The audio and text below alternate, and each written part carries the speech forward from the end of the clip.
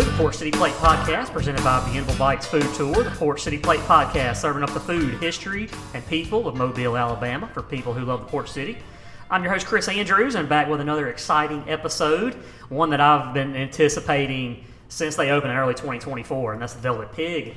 And this has been one of my go-to spots in downtown Mobile. Max Donaldson and Mackenzie Kylce are the owners of Velvet Pig, located inside the Ice Box on Monroe Street. That beautiful historic building. Velvet Pig is specializing in whole animal butchery and whole hog butchery, and some of their menu items is some of the best I've had in town. It really is. Not just saying that because they're sitting in here. I've been posting about it in the Port City Plate Facebook group, and so I'm excited to have y'all. Welcome to the Port City Plate Podcast. Hey, how's it going? Going good. Yes. All right. So I want to start by talking about talk about the name Velvet Pig. Where did that name come from? So the name Velvet Pig came from actually our college town, Oxford, Mississippi. They call Oxford the Velvet Ditch. That was our first pop-up name, was the Velvet Ditch. It's like somewhere you fall into and you don't expect to stay, but it's so nice that you end up staying. So that was our pop-up name. And then when we moved here and started our brick and mortar, and we went with the whole hog butchery concept, we changed it to the Velvet Pig. Very cool. Very cool. So what's y'all's journey? I mean, talk about, your journey together. Like, how did y'all meet? What's the, tell us your story. Well, we met in college. We were both at Ole Miss. At Ole Miss, right? Both working at restaurants. Real passionate about food. I was working at a Thai restaurant. Where you were working at the canteen. Yeah, the Oxford canteen. Kind of a sandwich place too, right? Yeah. Then after we graduated, went to Thailand, taught English in Thailand for a while. And then after that, moved to New Orleans to kind of dive off more into the culinary world. Did y'all do anything culinary-wise in Thailand? No, we just ate a lot. Yeah. We taught English over there, we traveled, and we ate as much as we could. That's really cool. That's a cool experience. All right, so what y'all do in New Orleans? We worked in restaurants over there. I was the chef at Margie's Grill for 4 years. And then I worked at Coquette, and I helped open a restaurant called Lingua Madre. And then I was a butcher at Piece of Meat Butcher. Then after that, when we started our pop-up, I went and worked at The Joint, barbecue place that's been there for 20 years. Yeah, nice. All right, so Mackenzie, you're from here, right? I mean, you got a last name that a lot of people are familiar with, right? Yeah, I am. Yeah. I'm from here. Okay, and Max? Originally from Kansas City. Okay, cool. Another barbecues. Hot spot, I guess. Right. So all right, so talk about the kind of the steps that led y'all to Velvet Pig. Well, we were living in New Orleans. We were working for restaurants, and we had our pop-up over there. So we were working a lot. And my entire family's here. I've got 6 nieces and nephews here. So a lot of our off time was spent coming over here. And we were really ready to open our own spot, which we had talked about since we met in college. And we didn't think we wanted to settle down in New Orleans. We love it there, but we really wanted somewhere that we could call home. So we decided to pack up and move over here. Nice. What were some of the steps that led you to Icebox? I mean, were you looking around at other restaurant spaces, or what was that whole process like? So we originally thought we were going to open up a food truck, and we were honestly about a week to 2 weeks away from going and putting a deposit down to have that, start getting built out. Then someone approached us about the old El Fuego space. Yeah, okay. It's now the Toasted Yolk. Yep. There was a brewery that wanted to put a tap room there, but they didn't want to do the food, so they were going to have us do the food part. They ended up deciding to put the tap room somewhere else. And we were still kind of like, well, maybe we don't want to do a food truck. Maybe we can find somebody to do the bar side of this restaurant. So we started emailing some people. One of them being the Icebox, seeing if they would want to, be a part of that.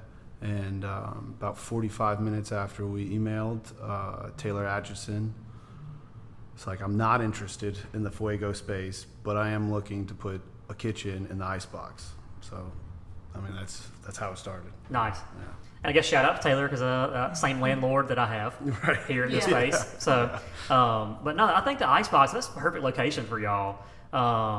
It's just a cool spot, you know, the pool tables and, you know, just the huge outdoor area that they've got. And then of course the bar area and just all the events and stuff y'all can be a part of. I mean, I feel like I don't know, in my mind, I feel like it's way better than what a food truck, you know, get the capability that you have there. Yeah, we really are happy that we decided to go this route. It's worked out really well for us, and it's such a great space, and we really loved it, being a part of it. Yeah, it's kind of innovative too, really. I mean, I think everybody thinks that, you know, to kind of get into the industry, I guess maybe you do have to start a food truck, but, you know, you can get creative and, you know, like y'all did, and ask a bar or a brewery or tap room, you know. I mean, I think that's kind of innovative. But what maybe describe like y'all's roles. Like, what are y'all's roles in the restaurant? So my role is I'm primarily the chef. I handle most of the menu items. I do get a lot of help from Max, or I bounce ideas off of him, or he'll bounce ideas off of me. But a lot of the menu items and using like local seasonal produce, that's something that I'm very passionate about. So I handle a lot of that stuff. I'm more front of house, not in like the classic way of like a front of house manager.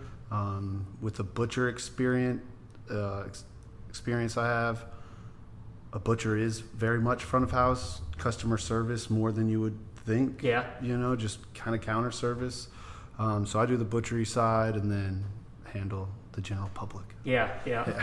Mackenzie, talk about the sourcing of the local produce. Like, what does that look like? What kind of local sourcing are you doing? So most of our produce on our menu right now is things that are in season, and right now we use actually the farm stand on Highway 90 at the old Colonel Dixie's.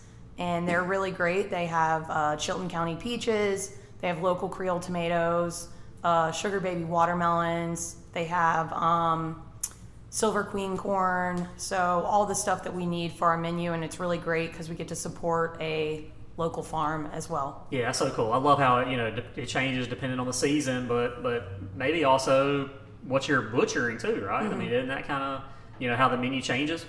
I guess maybe talk more in detail about the process of the menu and maybe your philosophy on the menu changes, with it changing weekly, sometimes daily, that y'all have something for this weekend only, I mean, I kind of like that. So talk about your philosophy with that. A lot of it comes out of us just being bored with an item and changing it up. If you've ever worked in a restaurant that the menu never changes, cooking the same thing for years can be terrible. So changing it up is nice, but a lot of it has to do with the weather. Once it starts getting hot like it is now, try to do some lighter items. Mm-hmm. The gumbos are out. Right. We had red sauce on the menu all over the place during kind of the colder months, and that went away as soon as it got hot. And then it's just kind of like, what parts of the pigs do we have around? Really, yeah. One of our known sandwiches is the Cuban skin on pork belly. If we ever want to use that skin on pork belly somewhere else, the Cuban's got to go. We put a banh mi on it with that same skin on belly, and so of course, for a week, no Cuban. Yeah. Yeah. What are some of the popular dishes that you'd say? What are, I know, like the boudin egg rolls, for example, like, right, those are mainstays on the menu. What are some of those mainstays that stay on the menu all the time? Yeah, like you said, the boudin egg rolls, our pork belly skewers. The Cuban sandwich does stay on pretty regularly. We have an Alabama hot fried chicken sandwich that people love. We won't be able to take that off. Yeah. And then our cornbread's always going to be there. It's a great cast I've iron. heard about the cornbread. I need to get the cornbread. It's great. It's just like your grandma would make it. I make it in my cast iron skillet, and then it gets butter, Steen's cane syrup, and Maldon sea salt. It's delicious. Nice. And the dips. I mean, all the dips I've ever had there. You know, I got the shrimp dip, the crawfish, the crawdaddy dip a couple of weeks ago when I was in there. Man, so good. And I had a bunch of people commenting about that. And especially, you know, with it being in that skillet, like that, I think that presentation is really cool too. Yeah. So talk about some of the dips. So right now we have a corn dip on, and it's because we have such nice Alabama Silver Queen corn available to us. We always try to have one hot dip. So right now we've got a take on, instead of a spinach and artichoke dip, we do a collard green and artichoke dip. Comes with our house tortillas. We love having dips available because, again, it fits that space so well. It's built for people to share, and people really enjoy just like getting a little platter of dips. Yeah, for sure. Max, I want to talk about some of the butchery aspect of it. Like, talk about that whole process. I mean, just talk to me like I'm 10 years old in the butchery process. All right, first we get our pigs from home place pastures. Not exactly local, but with meat, it's hard to go like full local. So they're out of Como, Mississippi, which is right outside of Oxford. We worked with that farm a lot in all the restaurants that we worked in New Orleans. Okay. We're lucky enough that they do distribute down here, funny enough, through Inland Seafood. So our pigs show up on a fish truck. But they come in, just split in half. That's pretty much all they've done to it. Then we, usually try to just go to work on them right away, just because storage of a whole pig is not the easiest thing. So it's whenever the truck shows up is when we start breaking it down. If we don't have time, we just break it down into primals. So pretty much like 4 pieces, hang it up in our walk-in, and then get to it as we need it. How often does the truck show up? We get one every Tuesday. One pig every Tuesday? Yeah. That lasts you? Yeah, that gets us through the week usually. Yeah. So if you show up on a Sunday, sometimes we're out of stuff. Yeah. And probably the hardest thing about doing the whole pig is we're never really sure the size of the pig. Yeah. There's probably a 40 to 50 pound variable of, are we going to get a small one? Are we going to get a huge one? So we don't really know exactly how much we're going to be able to make. So you might be kind of sweating it if you got like a big event coming up on a Saturday and right get a smaller pig than you anticipated. 100%. That's some of the challenges. Yeah, we can supplement from that same farm. They do sell like bellies and loins and stuff like that. So if we know we have a big event, we will supplement. Yeah, that makes sense then. Right, that is one thing is with that, we sell a lot more belly than is on one pig. So we're able to, if we need to, just buy belly from that pig, But the biggest part for us by getting whole pigs is we get a quality pork, but at a decent price. Yeah. Because when we do buy them in the smaller cuts, not whole pig, right, it's considerably more. Yeah, that makes sense. Yeah. So how do you ensure all the parts of the animal are utilized? I mean, or I guess maybe talk about the dishes that are utilized there with each part of the pig. Well, it's really not too hard. We go through a lot of ham, and that's a big chunk of the pig.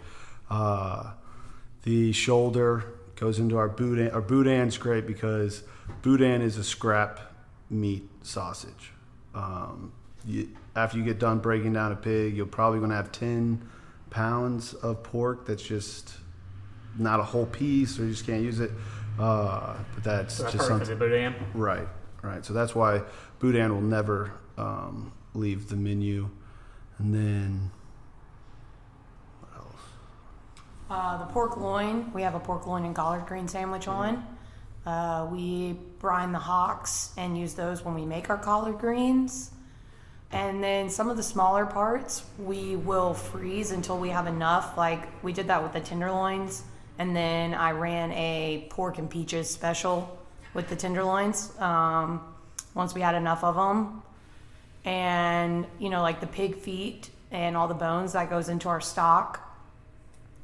Yeah, and I mean, because of that, we make a stock that if you turned it upside down and it came out of that bucket, it's it's like a Jello mold, So every once in a while, we use that stock in most all of our cooking, but every once in a while we'll run a ramen, and the ramen's just on it because just because we have all these bones from the pig. Right. That's cool. That's cool how y'all utilize that. What are some lesser known cuts of meat that you kind of enjoy working with? So one of those is something that we also save up from the pigs and we freeze them until we have enough. But we call it the pork knuckle, and we either run a whole fried pork knuckle, which is braised and then fried skin on, so it's crispy, or we do our knuckle sandwich, which has really been very popular when we run it. It is crispy fried pork knuckle chopped up like you would a South Carolina barbecue pork sandwich, and then it gets like a Thai slaw and a hot honey mustard. Nice. Yeah, I don't know. Do you have any other? Not too many like offcuts that people don't really know about on the pig. Yeah. It's not like it's pretty utilized. Yeah. Right. It's not like a cow where you've got a ton of like a Denver steak or a bavette where you just don't have that many. Yeah, I will say the pork skirt steak is it's one of my favorite cuts. We don't ever put it on the menu because we never have enough of it. We usually just eat it as a snack. But that's like one of my favorite cuts of the pig. So that'd be like a hidden secret if you were able to get that. Yeah. Came in on the right day. Yeah. And really cool thing that happened a couple of months ago. The Southern Living had a little article, about Mobile and some of the new places, and mentioned y'all. So, what was your reaction to that? We were pretty surprised. A lot of the press that we get, we have known about. Yeah. We know it's coming out. They've done an interview with us or something like that, and this was just a email. Hey, you're in Southern Living magazine. Of all the magazines too, Southern Living. Right. That one surprised because Beanville Bites mentioned in that one, and I was not expecting Southern Living. No. Yeah. So that one surprised me too. Talk about, I guess, the special events and y'all's capability that you have, because like I said, that venue is perfect for a large group gathering. Almost every time I've been there, it seems like there's, whether it's a corporate group that's in the back, or just, and of course I've been to multiple parties myself that were hosted there. So talk about your capability that you have when it comes to, events being hosted there. We are now the sole caterers for that event space, and we kind of do our events where you can pick items off of our menu, which is most of the time when we have big corporate parties, that's kind of what we do for them, or we have a selection of smaller sandwiches to choose from. But then when it comes to people's rehearsal dinners, we have a large list of items that we can do for catering. So we will do some fun items like Murder Point oysters, or little shrimp cocktail or West Indies shooters, gumbo. We like to work with our clients and see what they want. Yeah, that's good. Mm-hmm. We also have a very large smoker that we can also utilize for catering events. It's off-site, or it's there? It's off-site. You don't bring it in? Yeah, it's a big Texas-style, 250-gallon smoker. That's cool. That's what our pop-up used in New Orleans. Okay, gotcha. Mm-hmm. What are some other stories? Memorable, stories that you've had from some of your customers since your time running Velvet Pig? Anything stick out? Yeah, I don't know. Memorable stories. People love the food. I know, people love the food. That's it. We've had a lot of positive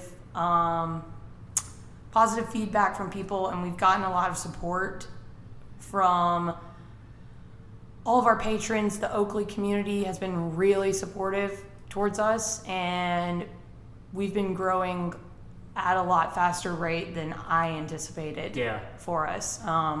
Going into month 8, we are just rapidly growing, and people keep telling us like, oh, it's summer, things are going to slow down, which we're getting into July, so they may. But for us, it's been quite the opposite. We have just continued to grow. Yeah. Which has been really nice. Yeah, so good. Yeah, and I guess it's not one specific story, but more of like just the relationships with regulars, Right. that are coming in. Our menu forces, a lot of people when they go to restaurants, the first thing they have there, they just absolutely love it, and they get put in a box, and when they go to that restaurant, they can't help themselves but order that again. And I understand that, and it's great because, if it's awesome food, get it. But our menu, since it's changing, kind of forces people. Yeah. We get a lot of pushback, but then, once they try that new item, maybe they're not going back to that first one that Right. they tried, So I like to see where people get disappointed, when they order and, the Cuban's not there or whatever is not there, but then they come back and be like, oh man, this is my new favorite, Right, yeah. So.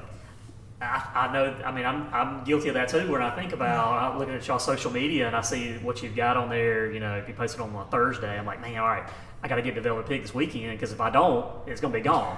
Yeah. So that also kind of helps out too to your advantage. Yeah. What would you say, if you're looking at future plans, if you could wave a wand, like what would be the ultimate goal and dream for y'all? The goal for us, we would love to have a couple of different spots in Mobile.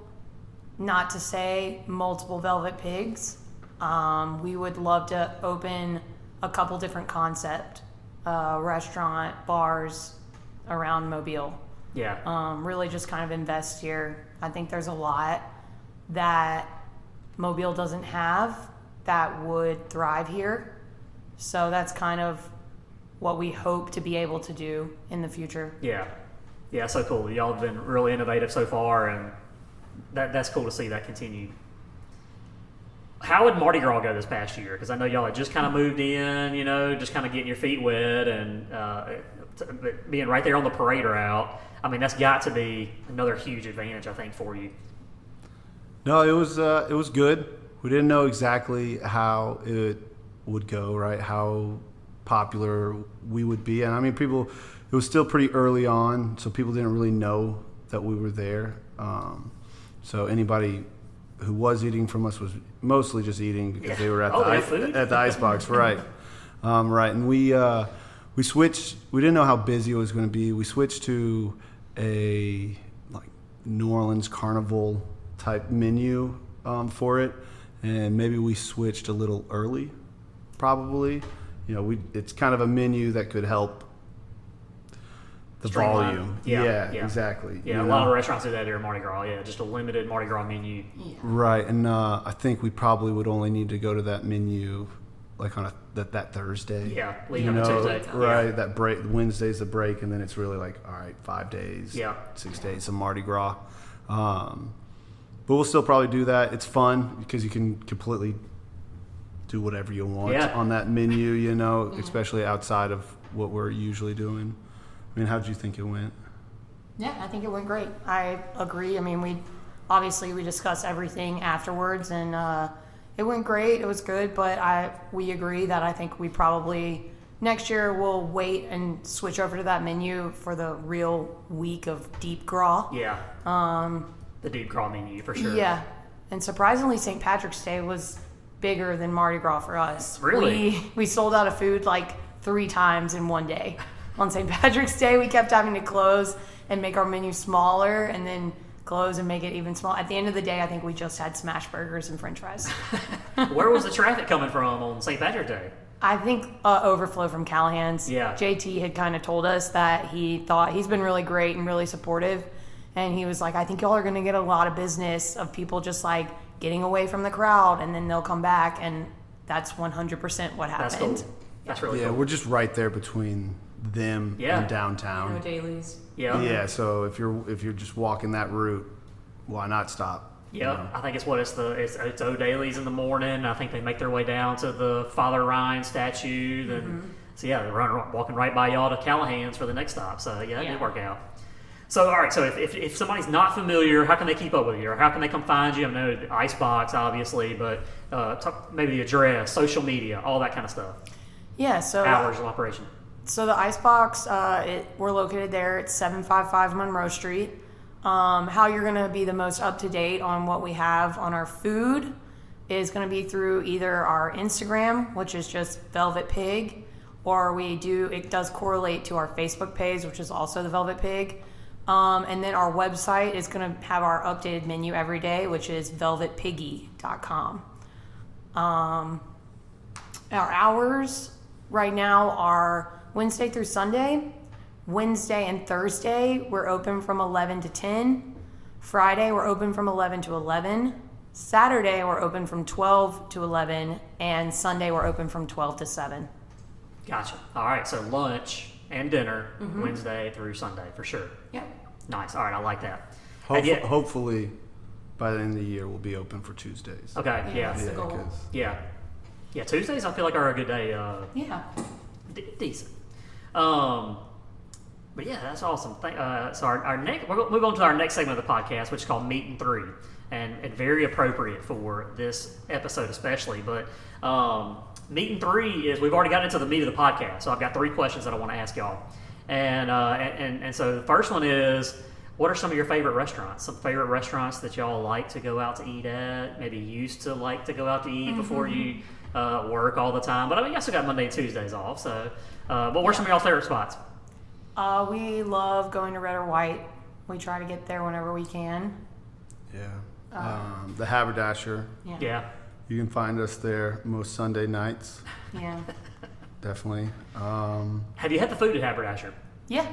Had it last night. Yeah, it's food's phenomenal. No, yeah, I really great. like what they're doing. You know, I feel like they're kind of a little more of a formal situation of what we're Sure. doing. Yep. You know, I mean, it's the bar set up, same window service, bar service, and then it's just that you can get more of like a steak or something more substantial plate kind of meal than our sandwiches and small plates. Yeah, yeah. I tell people all the time about their elevated bar food that it's just like you would never believe this come out of this bar.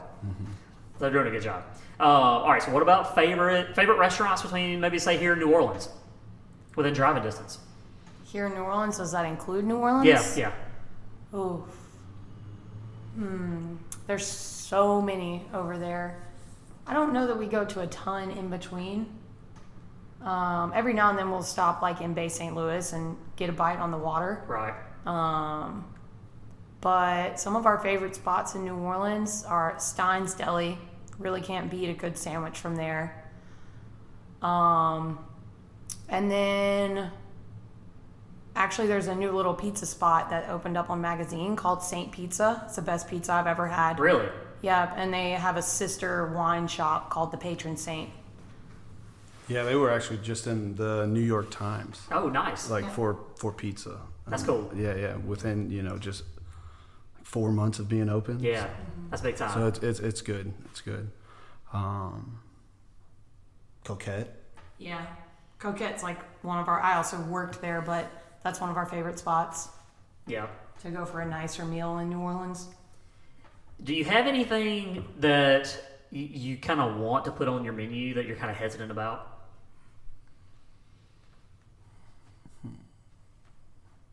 I have a lot of trouble sometimes because I come from a bit more of a fine dining background, so I have to restrain myself, like, from putting things on there that don't necessarily fit that space. Yeah. We tried some things at the beginning, with whole animal, butchery, trying to use innards also. Tried to put some liver pate on the menu, and that didn't go over so well in a dive bar-y kind of atmosphere. There's some things I think we could try now, with kind of some credit to our name. Yeah, you got a reputation now, yeah. Right, that people would come out for. There's definitely some like large format stuff that we're just not sure if that's like the price point people are coming in right. for. That makes sense too. All right, so it's kind of, we play a line, huh? Yeah, we had a pork chop on the menu at the beginning, and I just don't know if people want that in that space. Yeah. You know, yeah, because a lot of it's kind of you're standing and eating around, so it's kind of hard to right. It's cut something with a knife or something like yeah, that. exactly. It's a lot more casual, and we don't have a ton of conventional dining table. Yeah. But again, hopefully we can use those in our future concepts Right. down the road. Yeah. Nice. All right, next segment of the podcast called Fork in the Road. That's where I talk about something new and upcoming in Mobile. And something that kind of caught my eye a few weeks ago was the return of Big White's Wings, which was a long-time staple in downtown Pritchard. And he had a thing called Stupid Fries. And the Stupid Fries were, it was just ridiculous how it was just, fries with just a ton of, chicken and sausage and meats and all on these fries. And it had a good following. Big White's Wings did. People would go from all over. Of course, I think a lot of people were certainly hesitant about going downtown Pritchard, but it was one of those things that if the food's good, people are going to go to it, and their wings are really good as well. Ton of different sauces that they had. But they closed down a few years ago, and so I saw where the chef is going to be coming back, and he's going to be at the Box Out concept on Donaldson Street. They just had a spot opened up in there toward the back, and that's where he's going to be, is back there. So hopefully the Stupid Fries will return. Yeah. They've got a good following. Like I said, everybody knows about the Stupid Fries, and I think he was kind of doing that. A lot of people have copied that concept, now, but he's kind of the OG, I think, in this area when it comes to loaded fries and that kind of stuff. So I think that'll be a good spot. Definitely a good spot for it'll fit that concept well. It'll be good. Of course, that'll be good Mardi Gras food too. But next segment of the podcast called Chris's Dishes. And this is where I talk about the best dish that I've had lately. And if y'all have a dish that you've had lately that you want to shout out, I'll give you a chance to do that. But mine is from Squid Ink. And believe it or not, it's the dessert at Squid Ink, which is a peach bao dessert that they have. And so it's phenomenal. It really is. And so, they've got some of the bao buns that they do there at Squid Ink, but, kind of putting that spin with it with peaches and a dessert. It's not something that is on the menu. It's kind of just a special. So a summer specials, but you can get it in good fresh peaches, and also serve with a little scoop of ice cream. It was really good too. So that was really good. A peach bao dessert at Squid Ink. Do y'all have a dish y'all had lately? Yeah, we went to Red or White a couple of weeks ago, and we just ordered all the specials. And one of them was a scallop mousse, which neither of us have ever had. And it was one of the most texturally interesting dishes I've had in a long time. Can you describe it? Yeah, it was like scallop mousse. It was very smooth, and then it was with their grilled baguette, and then they had pickled mustard seeds to put on top of it, and a bunch of different pickles. So it was just the acid, the crunch from the pickles. It was a really, really nice dish. That's really cool. Yeah. I had the poke bowl from Chuck's Fish earlier this week. Well, it's not really a bowl. It's more, it's a plate. It's a plate, but it's like a classic poke bowl, just a little fancier. But it was very good. Okay, nice. Well, hey, I appreciate y'all coming on the podcast today. It's been so much fun. Like I said, I've anticipated this one for a while, and love hearing y'all's story and kind of hearing your journey, and definitely love what y'all are doing, and definitely can't wait to see y'all again at the Go with Dig. Yeah, thanks for having us. This has been really nice. All right. Thank you. Yeah, you're welcome. Thank you, and I appreciate everybody listening, and we'll catch you on the next episode.